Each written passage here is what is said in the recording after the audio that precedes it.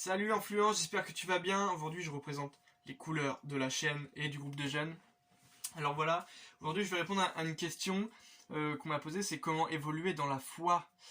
Super question, en vrai assez simple mais assez quand même assez vague à répondre, c'est un peu compliqué. Je vais essayer de répondre comme je peux en moins de 5 minutes puisque c'est le format justement de juste 5 minutes pour. Donc tout d'abord la question je vais la reformuler et je vais commencer par l'évolution. Évoluer c'est s'engager dans un changement, dans un processus de changement.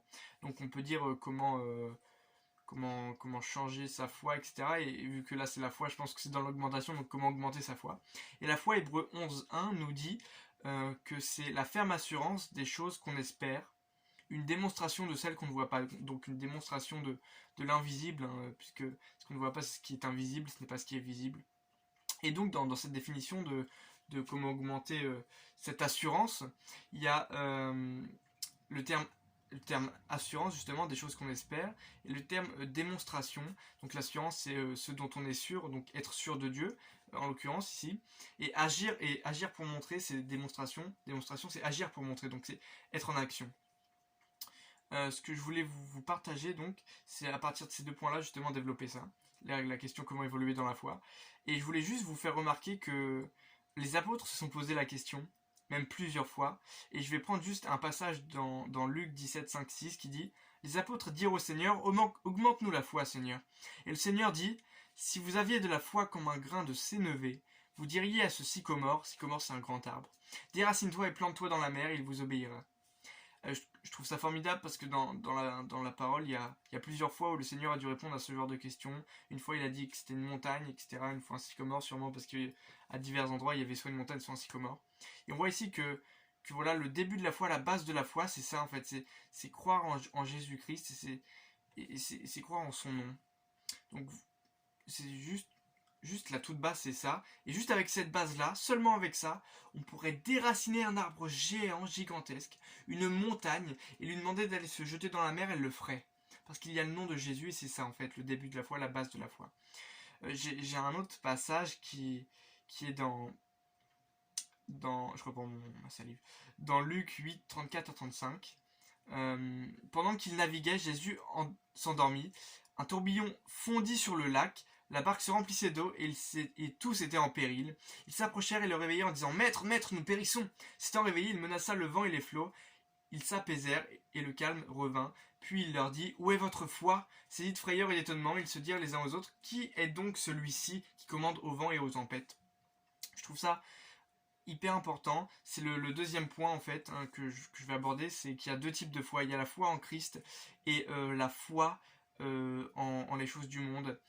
La foi en les choses du monde, c'est par exemple quand il vous arrive une galère comme ça, et bah c'est de croire plus en la puissance du vent, en la puissance de la tempête, qu'en la puissance de Jésus-Christ.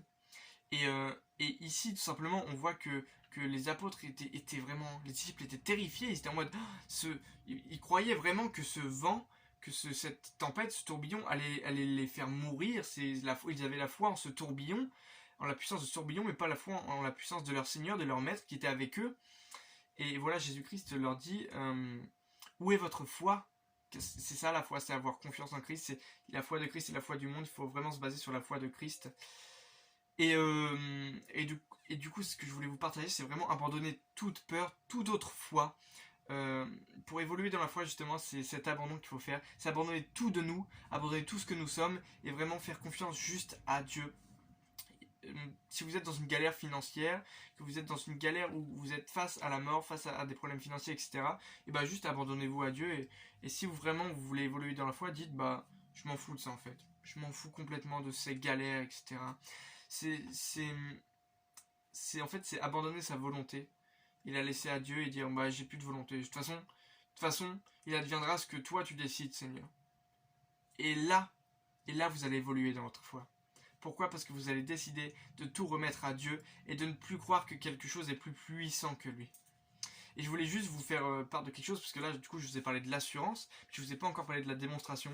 Et dans Matthieu 24, 29 à 31, vous savez, il y a Pierre qui était sur la barque, qui voyait Jésus approcher en marchant sur l'eau, et lui dit « Moi aussi, je veux faire ça, Seigneur. » Jésus lui a dit de venir, et Pierre s'est avancé, et il a coulé parce qu'il a eu peur. La Bible nous dit qu'il a eu peur et que du coup il a coulé. Et c'est parce que Pierre s'est accroché au fait que ce n'est pas normal de marcher sur l'eau qu'il a coulé. Il s'est aperçu, il croyait plus en le fait qu'il fallait couler humainement qu'en le fait qu'on pouvait marcher sur l'eau par la foi en Jésus-Christ. Et voilà, c'est juste ce que je voulais vous apporter. Ayez foi et croyez que Christ est plus fort que tout pour évoluer dans votre foi.